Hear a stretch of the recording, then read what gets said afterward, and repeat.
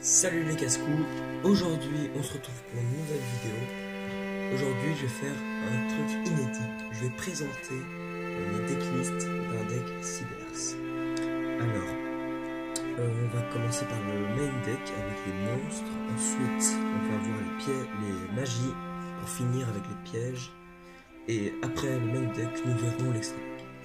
Alors, j'ai mis 3 Dotscaper. Parce que c'est une carte qui est très utile, parce que on a bien besoin, grâce à une autre carte qui est dans l'extra deck, je vous expliquerai après un combo. Ensuite, j'ai mis 3 backups secrétaires. Elle nous sert principalement à faire des invocations de Link. J'en ai mis 3. Justement, parce qu'on va faire pas mal d'invocations Link, qui sera notre principale source de dégâts. Ensuite, j'ai mis 2 Link Slayer, parce que on a souvent et justement je jouais par cette défausse pour d'autres cartes et donc ça permet de détruire tous les trucs magiques que je fais. C'est assez puissant. Donc voilà. Ensuite, j'ai mis 2 stacks Revolver. Je sais pas comment ça se prononce.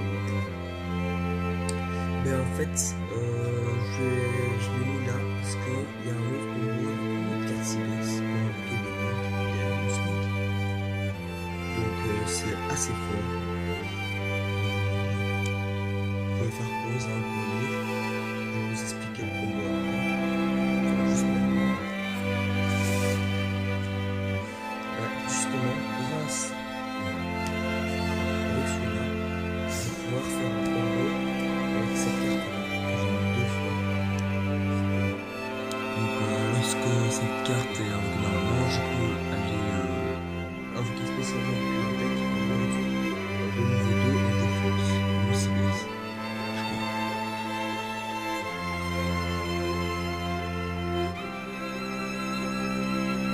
Normalement, je peux. Donc, j'invoque celle-là. Je mets en défense celui-là et je peux faire une invocation Link.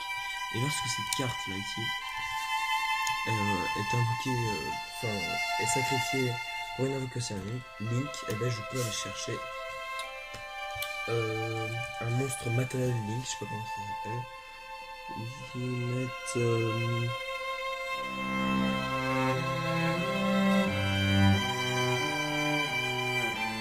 un matériel Link.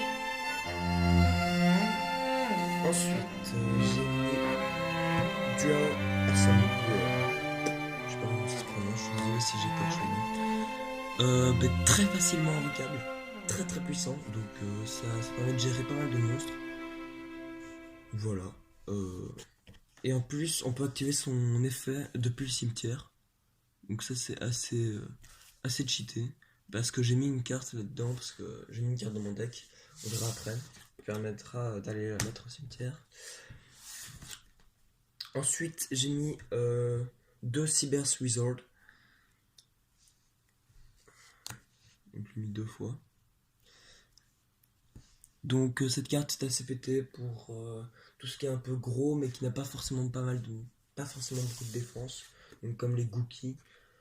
Donc ça peut être assez facilement gérable.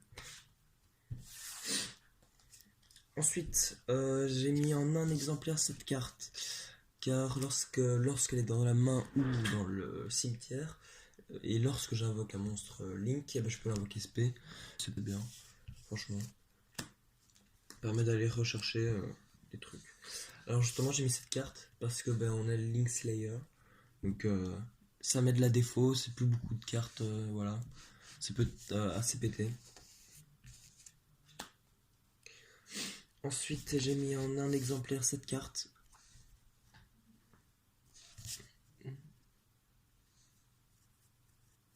Donc oui, c'est très fort contre la méta parce qu'il y a beaucoup de Link qui sont joués. Ensuite, je joue 2 fois le sacrifice inutile. Parce que ça combote très bien avec ces cartes-là. Cette carte-là, parce que on peut activer son effet lorsqu'elle est dans le cimetière, et cette carte-là, parce qu'on peut aussi activer son effet quand elle est dans le cimetière. Ensuite, en magie, j'ai mis un qui tout double. Pas très fort, très situationnel, mais ça peut faire très mal. Ça peut faire très très mal. Donc voilà, j'attends toujours un moment pour l'activer. Parce que voilà, je joue ce deck surtout entre potes.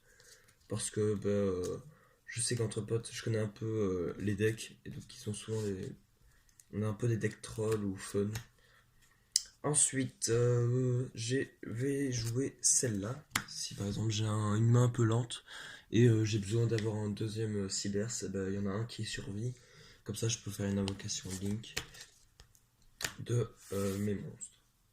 Ensuite, lance interdite. C'est un peu passe-partout. C'est assez fort.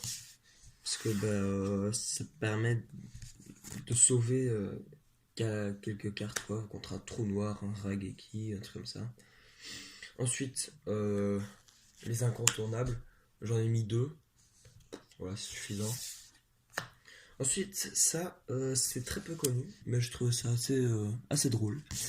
Donc je cible un monstre face recto que je contrôle et un monstre dans mon cimetière avec le même niveau. Je bannis la cible depuis mon cimetière. Ensuite, je pioche une carte et je la révèle. Et si c'est le même niveau, je peux l'invoquer spécialement. Et si elle n'est pas invoquée spécialement, je la garde dans ma main. Donc c'est très fort. Je bannis une carte, je pioche une carte. Ensuite, sous charge, hein, évidemment. Aussi un peu une incontournable, passe-partout. Parce que bon, on n'a pas énormément on n'a pas beaucoup de monstres liens. Donc si on perd des éléments clés, ça peut toujours être pratique. On va passer maintenant au piège. J'ai mis 3 Cybers Bacon. Parce que c'est assez fort dans un deck Cybers. Et voilà, donc je peux facilement chercher les cartes dont j'ai besoin avec ma main. Ensuite, j'ai mis carte du sacrifice. Je trouve ça quand même assez fort. Surtout avec les cartes Link que j'ai. Et comme j'invoque énormément, c'est assez fort. Puisque j'ai souvent beaucoup de monstres, donc beaucoup d'attaques. Et quand t'es bien, ça peut être très très fort. Ensuite, 2 coups de poing dans la boîte. Alors ça, c'est justement l'inverse du carte du sacrifice. C'est quand t'es mal. Le mec il a il a 2 monstres. Déclare une attaque. Tant qu'il contrôle un minimum de monstres, ciblez le monstre attaquant, annulez l'attaque. Si vous le faites, envoyez un autre monstre qui contrôle le cimetière. Puis le monstre ciblé perd une attaque. Ouais. Je trouve ça assez fort. Donc voilà. Pour une carte, tu annules une attaque et t'envoies un monstre au cimetière. Assez fort. Ensuite, comme voilà, un peu troll, un décrâne, ça peut surprendre. Les légendes ne sont pas. Bon, je sais pas, c'est pas. Ensuite, j'ai mis une trappe sans fond. Parce que le fait de bannir, ça peut annuler quelques effets, genre de cartes qui vont au cimetière, comme celle-là par exemple. Lorsqu'elle est au cimetière, elle peut activer son effet. Si j'active la trappe sans fond, elle ne peut pas activer son effet. Ensuite, force miroir, aussi un peu une incontournable. Passe partout, comme Typhon Space Mystique ou Soul Charge. Maintenant qu'on a vu le main deck, on va pouvoir passer à l'extra deck. Alors, la carte clé du deck. Voilà, je l'ai chopé. Je suis très content. J'aurais bien voulu une deuxième fois, mais bon, j'ai pas eu cette chance. Ensuite, j'ai mis 2 Honeybots, voilà, qui sont assez forts et qui permettent de garder en vie ces monstres. Ensuite, j'ai mis le Link Bumper. Donc, je vous rappelle, vous pouvez toujours faire pause hein, pour lire les cartes. Voilà, j'ai présenté le main deck et l'extra deck. J'espère que cette vidéo vous aura plu et on se retrouve très vite pour une nouvelle vidéo.